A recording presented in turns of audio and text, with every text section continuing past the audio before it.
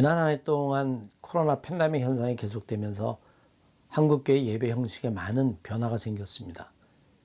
이제는 비대면 예배가 일상이 된 것 같습니다. 코로나 바이러스 상황이 진정이 돼도 아마 온라인 예배는 한국교회의 하나의 예배 형식으로 자리를 잡을 것 같습니다. 특히 개신교 예배는 말씀 중심, 찬양 중심이기 때문에 별다른 거부감이 없이 수용이 될 수 있습니다.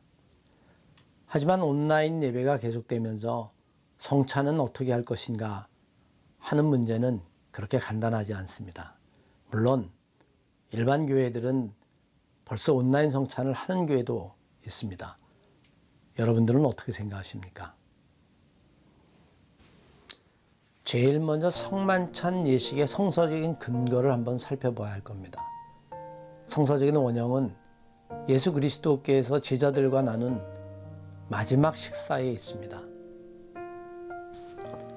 이 사건은 마태복음 26장, 그리고 마가복음 14장, 그리고 누가복음 22장과 고린도전서 11장에 기록되어 있습니다.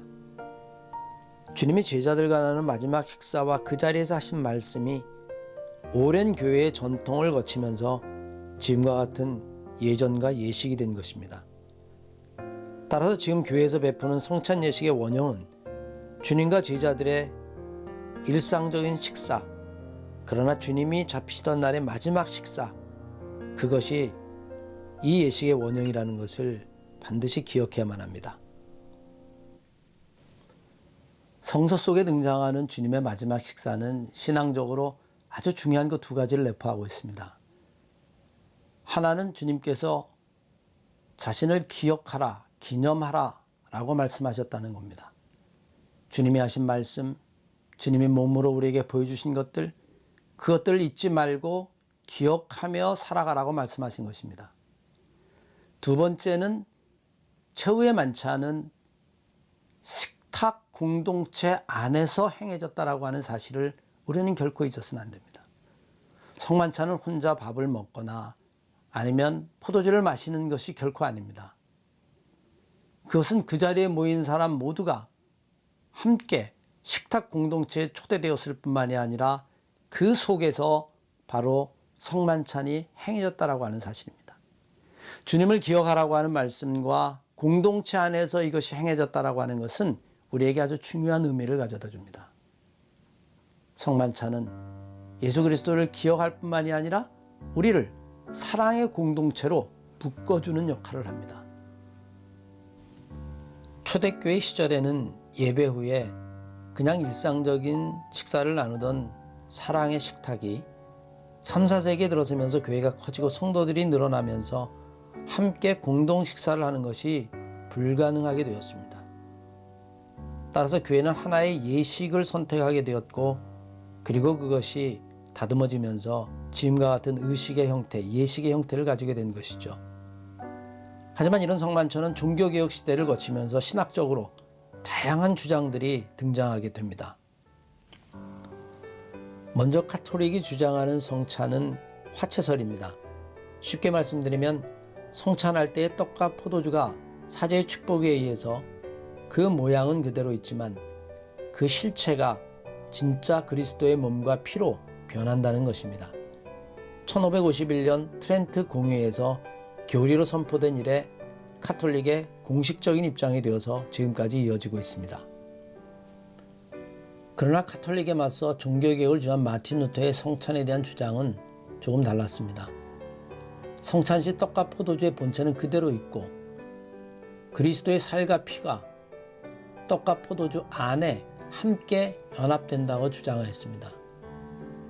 루터는 카톨릭의 화채설과 구분하기 위해서 이것이 어떻게 연합이 가능한가를 설명하기 위해서 속성의 교류라고 하는 개념을 사용했습니다. 우리는 이것을 공제설 혹은 공채설이라고 말합니다.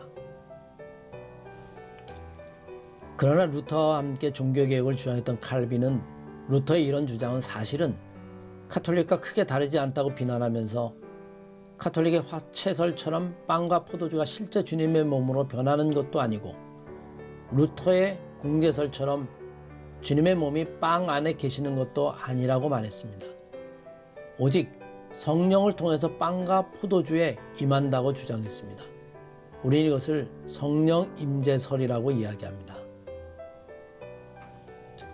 이에 반해서 또 다른 종교개혁자 쯔빙글리는 떡과 포도주는 어떠한 의미로도 실체적으로 변화되지 않으며 그것이 그리스도의 몸과 피라는 것은 주님이 말씀하신 것에 대한 상징적 언급이라고 주장했습니다.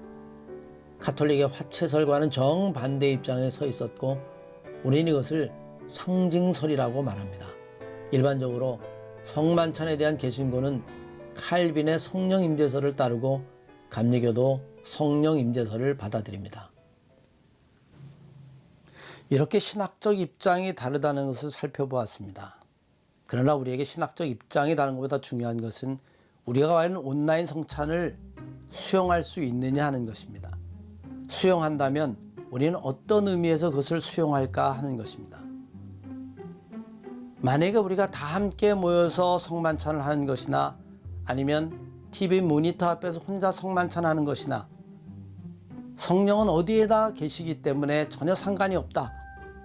그렇게 이야기한다면 굳이 성찬을 모니터 앞에서 할 필요가 있을까요?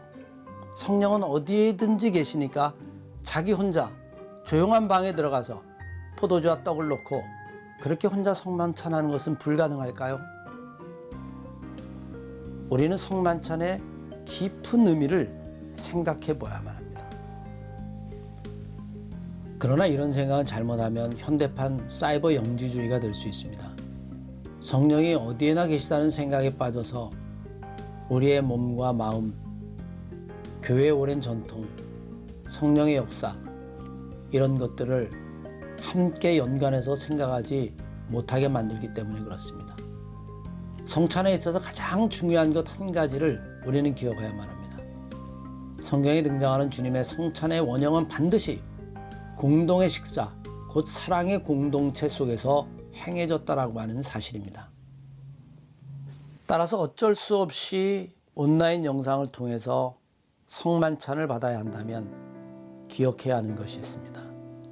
적어도 가족이 모이든 아니면 믿음의 형제들끼리라도 두세 사람이 모인 곳에서 성만찬을 행해야 할 것입니다. 요즘은 웬만한 것은 다 혼자 합니다. 혼술, 혼밥. 그래서 세상은 점점 파편화되고 개인화되어 갑니다. 주님이 제자들과 나눈 마지막 식사는 결코 밥 한 끼를 먹은 것이 아닙니다. 그 이상의 깊은 의미가 있습니다. 사랑의 식탁 속에서 그리스도를 기억하고 사랑을 나누는 형제임을 발견한 것입니다. 그리고 그것이 바로 교회의 원형이기도 합니다.